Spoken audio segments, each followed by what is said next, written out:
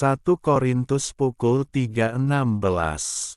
Ngigerah Allah yang tinggal, 1 Korintus pukul 3:16. Doa pembuka. Ya Allah, Bapa kami yang penuh kasih, terima kasih untuk hari yang Engkau berikan kepada kami.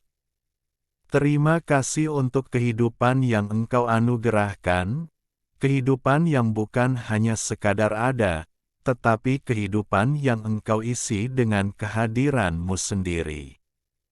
Saat ini kami rindu mendengar suara-Mu.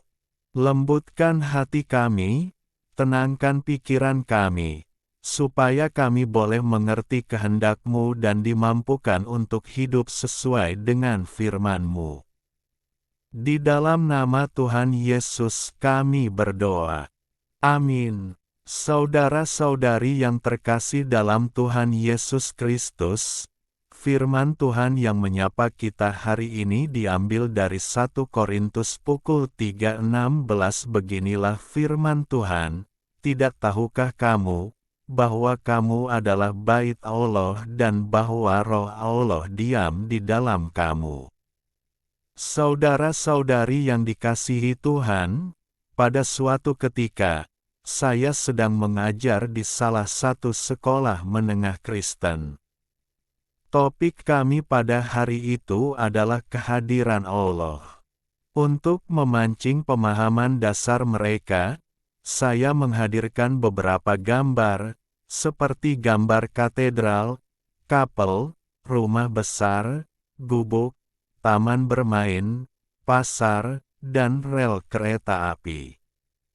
Pertanyaan saya hanya satu, dari seluruh gambar yang ada di hadapan kalian, menurut kalian, manakah tempat Allah hadir? Kebanyakan dari mereka menunjuk ke gambar katedral dan rumah besar. Tempat yang terlihat, rohani, dan layak bagi Allah. Namun, hanya satu orang yang tidak ikut menunjuk. Ketika saya tanya alasannya tidak menunjuk, dia menjawab dengan satu pernyataan sederhana bahwa Allah hadir dalam seluruh gambar yang saya tunjukkan. Saya pun menyambut jawaban anak tersebut dengan senyum dan mengatakan, "Ya Allah hadir di semua gambar yang saya tunjukkan, dan lebih jauh lagi Allah hadir dalam hidup setiap dari kita." Saudara-saudari, dalam bacaan firman Tuhan yang kita dengar hari ini, Paulus mengatakan bahwa kita adalah bait Allah. Kalimat ini memang sederhana, tapi sebenarnya cukup mengganggu kalau kita benar-benar memikirkannya. Kalau kita adalah bait Allah, berarti hidup kita bukan lagi sekadar milik kita sendiri. Inilah yang sering kali luput dari iman kita. Sering kali kita menjalani hidup dengan pola pikir, ini hidup saya, ini pilihan saya. Kita menentukan arah, kita mengatur prioritas, dan kadang Tuhan hanya kita libatkan di bagian-bagian tertentu saja. Tetapi Paulus seperti sedang menarik kita kembali. Coba lihat lagi hidupmu. Itu bukan hanya milikmu. Itu tempat Allah tinggal. Kalau pikirkan kembali pernyataan Paulus, maka ini mengubah cara kita melihat banyak hal.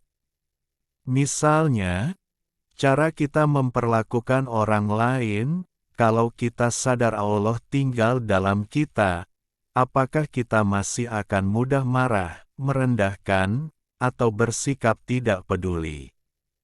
Atau dalam cara kita mengambil keputusan, apakah kita bertanya, apa yang saya mau saja? Atau mulai belajar bertanya, apakah ini mencerminkan Tuhan yang ada dalam saya? Saudara-saudari, kita perlu memahami bahwa menjadi bait Allah bukan soal terlihat rohani. Ini soal kesadaran bahwa Allah sungguh hadir dalam hidup kita, bahkan dalam hal-hal kecil yang sering kita anggap sepele. Kadang kita berpikir Allah hanya hadir saat ibadah, saat doa, atau saat kita melakukan pelayanan.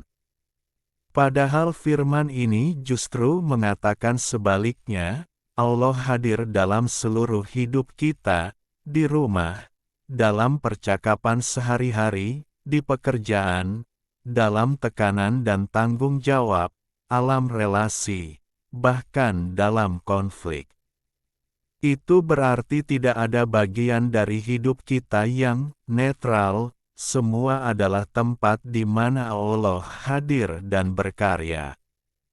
Oleh karena itu, kita perlu melihat kembali kehidupan kita secara jujur, apakah hidup kita sudah mencerminkan bahwa kita adalah bait Allah.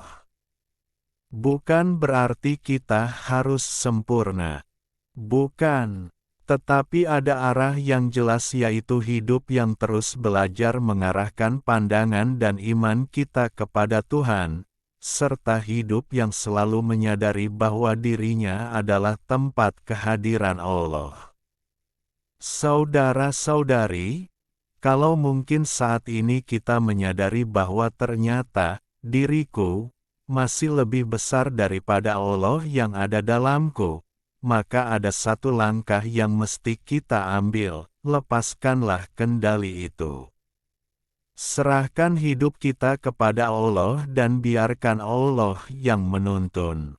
Sebab hidup kita bukan lagi tentang kita, melainkan tentang Allah yang tinggal di dalam kita. Hari ini mulailah dengan satu kesadaran sederhana, Tuhan ada di dalam hidup saya, dan dari situ kita belajar menghidupi anugerah Allah yang tinggal itu.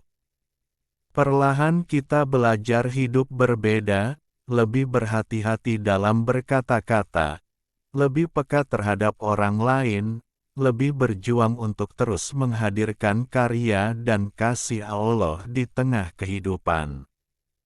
Karena apabila Allah benar-benar tinggal dalam kita, maka hidup kita tidak bisa lagi dijalani sembarangan. Bukan karena kita takut dihukum, tetapi karena kita sadar, hidup ini adalah anugerah, dan Allah memilih untuk hadir di dalamnya. Doa penutup, mari kita berdoa. Allah yang penuh kasih, terima kasih untuk firman-Mu hari ini yang mengingatkan kami bahwa kami adalah bait-Mu, tempat Engkau tinggal. Ampuni kami, ya Allah, jika selama ini kami sering hidup seolah-olah Engkau tidak hadir dalam hidup kami. Ampuni kami jika perkataan, pikiran, dan tindakan kami belum mencerminkan Engkau. Tolong kami, ya Allah, agar kami boleh hidup dengan iman yang teguh, dengan hati yang terus tertuju kepadamu, dan dengan pengharapan yang tidak pernah padam. Mampukan kami untuk menghadirkan Engkau dalam setiap kata yang kami ucapkan, dalam setiap tindakan yang kami lakukan, dan dalam setiap langkah kehidupan kami. Biarlah hidup kami sungguh menjadi tempat di mana orang lain dapat melihat Engkau. Di dalam nama Tuhan Yesus kami berdoa. Amin. Petik 2. Ilustrasi. Surat di dalam botol. Di sebuah pantai yang sering dihantam badai, hiduplah seorang pria yang memiliki hobi unik. Setiap kali ia merasa kesepian atau sedang memikirkan ide-ide besar, ia akan menuliskan pesan di selembar kertas, memasukkannya ke dalam botol kaca, menyumbatnya rapat-rapat, dan melemparkannya ke laut lepas. Selama bertahun-tahun, ia telah melemparkan ratusan botol. Ia selalu berharap suatu hari nanti akan ada kapal besar yang berhenti di pantainya, membawa ratusan balasan dari orang-orang hebat di seberang samudera. Ia membayangkan botol-botolnya telah berkelana ke benua jauh, dibaca oleh raja, ilmuwan, atau petualang. Namun, hari demi hari berlalu, laut hanya mengirimkan kembali ombak yang kosong. Tidak ada satupun surat balasan yang datang. Suatu sore, saat ia sedang berjalan di garis pantai setelah badai besar, ia melihat sesuatu yang berkilau tertimbun pasir dan rumput laut. Jantungnya berdebar kencang. Akhirnya, pikirnya, sebuah balasan. Ia memungut botol itu dengan tangan gemetar. Botolnya tampak kusam, penuh dengan kerang kecil yang menempel, menandakan sudah sangat lama berada di air. Dengan susah payah, ia membuka sumbatnya dan menarik keluar kertas yang sudah menguning di dalamnya. Saat ia membaca tulisan itu, ia terduduk lemas di pasir. Itu adalah tulisannya sendiri. Surat yang ia tulis 10 tahun yang lalu. Ia kemudian mulai mencari lagi di sepanjang pantai dan menemukan botol kedua, ketiga, dan puluhan botol lainnya. Semuanya adalah pesan-pesan yang pernah ia lempar sendiri. Ternyata, arus laut di pantai itu selalu berputar dan membawa kembali apapun yang dilemparkan ke dalamnya.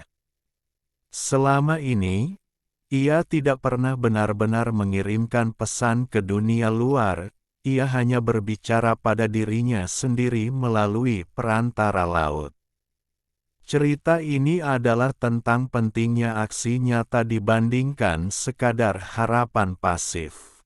Sering kali dalam hidup, kita merasa sudah melakukan sesuatu hanya dengan memikirkan rencana, mengeluh dalam hati, atau melemparkan botol-botol keinginan kita ke langit sambil berharap keajaiban datang menjemput. Kita menunggu dunia berubah, menunggu peluang datang mengetuk pintu, atau menunggu orang lain mengerti maksud kita tanpa kita menyuarakannya dengan jelas. Harapan tanpa langkah nyata seringkali hanya menjadi lingkaran yang membawa kita kembali ke titik awal. Kita terjebak dalam monolog internal, merasa sudah berusaha padahal kita hanya sedang berputar-putar di pantai yang sama. Jika pria dalam cerita itu ingin mendapatkan balasan, ia seharusnya membangun perahu dan berlayar keluar dari arus pantai tersebut, bukan hanya menunggu laut bekerja untuknya. Jangan biarkan hidupmu habis hanya untuk menunggu balasan dari keadaan. Jika kamu menginginkan perubahan, jangan hanya melemparkan keinginanmu ke dalam angan-angan. Berhentilah berharap pada arus keberuntungan dan mulailah mendayung. Keajaiban sejati sering kali tidak ditemukan dalam botol yang hanyut, melainkan dalam keberanian kita untuk keluar dari zona nyaman dan menjemput takdir kita sendiri. Sebab seperti tubuh tanpa roh adalah mati, demikian jugalah iman tanpa perbuatan-perbuatan adalah mati. Yakobus pukul 2.26